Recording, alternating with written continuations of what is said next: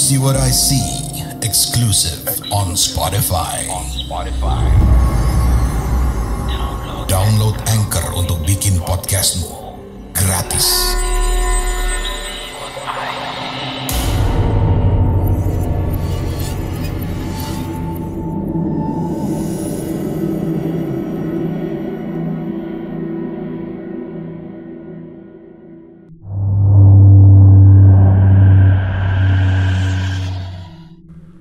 Waktu saya kuliah, saya pernah cari tempat tinggal yang dekat dengan kampus.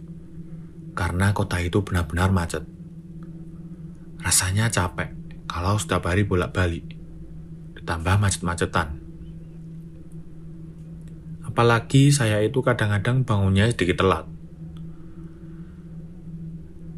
Dengan dibantu beberapa orang teman, saya akhirnya mendapatkan sebuah kos-kosan yang cukup unik waktu itu. Kenapa saya bilang cukup unik? Jadi kos-kosan itu bentuknya seperti Gini. Jadi satu sama lain saling bisa melihat kamar dari jendela mereka. Bukan tipe kos-kosan yang berjajar seperti rumah kontrakan.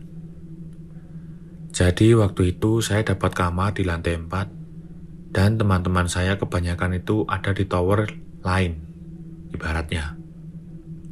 Kadang-kadang ketika sedang menjemur pakaian atau apapun itu, kami bisa melihat satu sama lain yang sedang berkegiatan.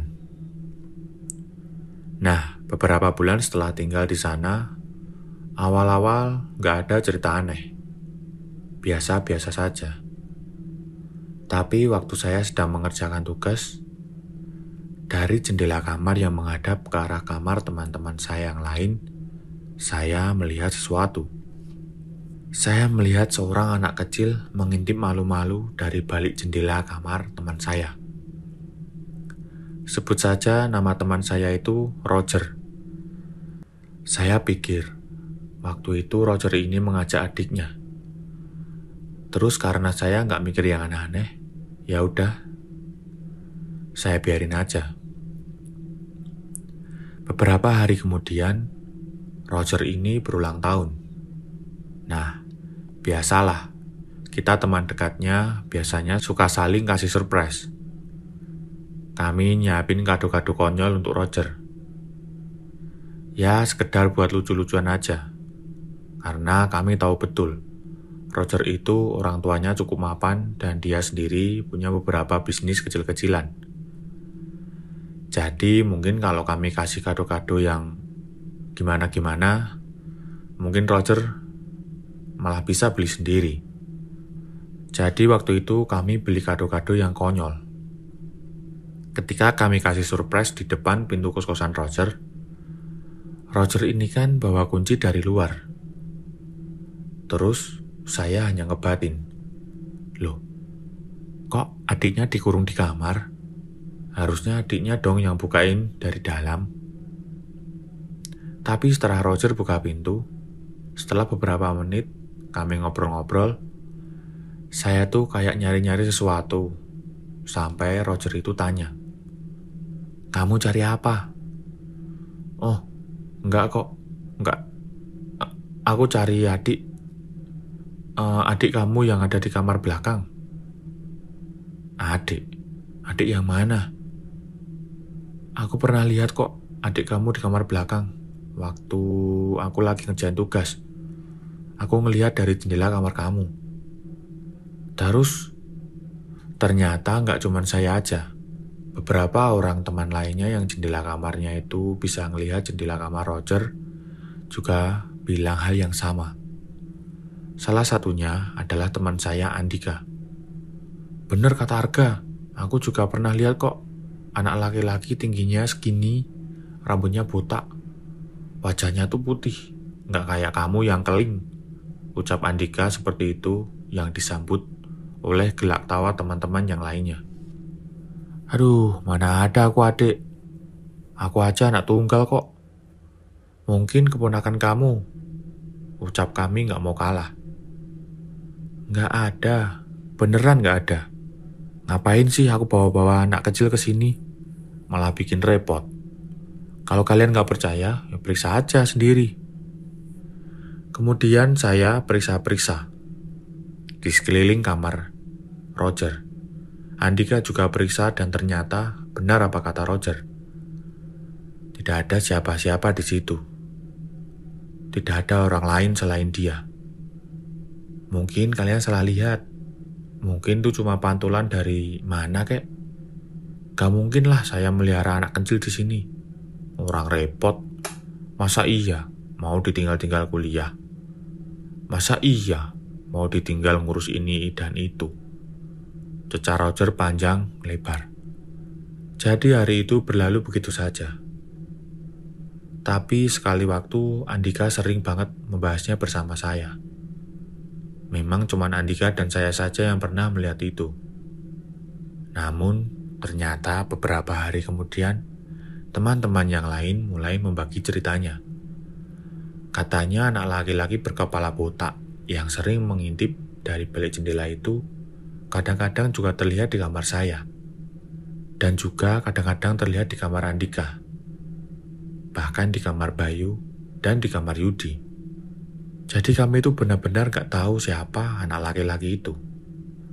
Saat saya ada di kampus bersama Andika, kadang-kadang Roger, Yudi, bahkan penghuni kos-kosan lain bilang ada anak laki-laki di kamar kami.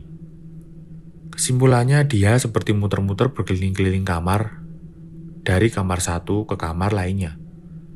Kami merasa heran dan merasa aneh. Pasalnya tidak ada satupun dari kami yang mengajak adik ataupun penghuni lain di kosan ini. Lagian ibu kos tidak memperkenankan kami membawa anggota keluarga tanpa melapor sama sekali. Tiba-tiba kasak kusuk terjadi lagi. Saat itu pukul 9 malam, dan itu saya sedang mengerjakan beberapa pekerjaan side job saya. Saya membuka jendela kamar. Lalu dari kamar seberang, saya melihat seorang anak laki-laki yang mengintip malu-malu.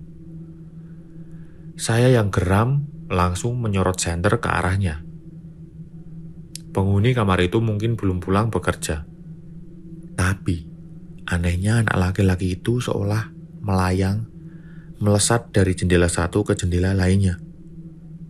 Sontak waktu itu jantung saya berhenti berdetak. Lalu senter saya yang saya pegang terjatuh begitu saja. Apa itu tadi? Ucap saya heran. Biasanya saya melihat siang hari dan wujudnya seperti manusia.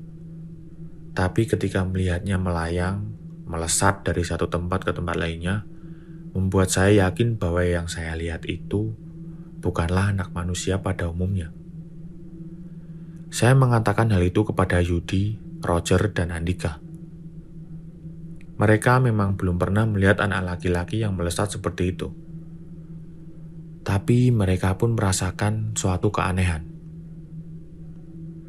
Beberapa hari kemudian, semua seolah-olah tersadar bahwasanya uang yang mereka punya selalu menghilang dalam kurun waktu tertentu. Tuyul, pasti tuyul, teriak Roger mengagetkan kami semua. Ah, masa sih tuyul? Memangnya siapa yang melihara tuyul di kos-kosan keren dan elit seperti ini? Tanya saya.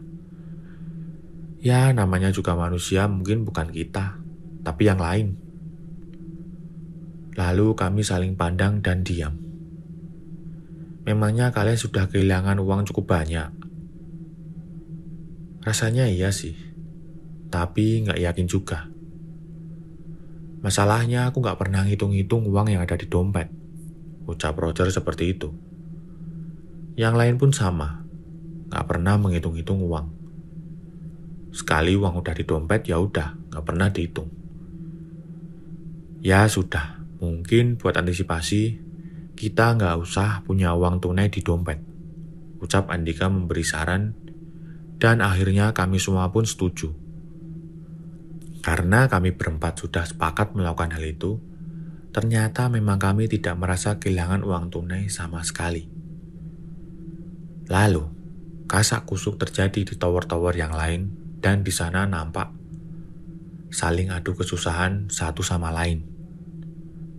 Beneran ada tuyul di kos-kosan ini, ucap seorang penghuni yang ada di lantai bawah saat kami baru saja pulang kuliah. Tak hanya satu orang saja, semuanya juga mengeluh, lalu melaporkannya kepada ibu kos. Tapi ibu kos terlihat tenang-tenang dan anteng-anteng aja. Kalian mungkin salah hitung uang kali, coba hitung benar-benar, simpan benar-benar, jangan suuzon seperti itu, nggak baik. Siapa tahu uangnya kalian sendiri yang pakai untuk foya-foya.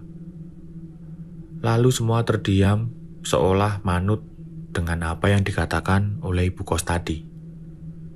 Kami yang sudah punya truk sendiri santai-santai saja. Hingga beberapa hari kemudian, tiba-tiba saja ada sebuah keanehan yang menimpa ibu kos. Mohon maaf, kami tidak bisa menceritakan apa keanehan itu. Tapi yang pasti, semua orang menghubungannya dengan apa yang terjadi setengah tahun belakangan. Karena menganggap hal itu sudah nggak lumrah lagi. Akhirnya Roger berkata kepada kami untuk pindah kosan. Setidaknya kosan yang lebih aman dan nggak ada kejadian yang aneh-aneh lagi. Kami berempat pun sepakat menyetujuinya. Kisah kami berempat di kosan itu mengenai sosok anak kecil yang kadang-kadang terlihat oleh mata kami, mungkin ceritanya hanya sampai di sini. Tapi kami masih punya banyak cerita yang lain. Mungkin kalau kami sedang tidak sibuk, kapan-kapan kami akan sharing. Terima kasih.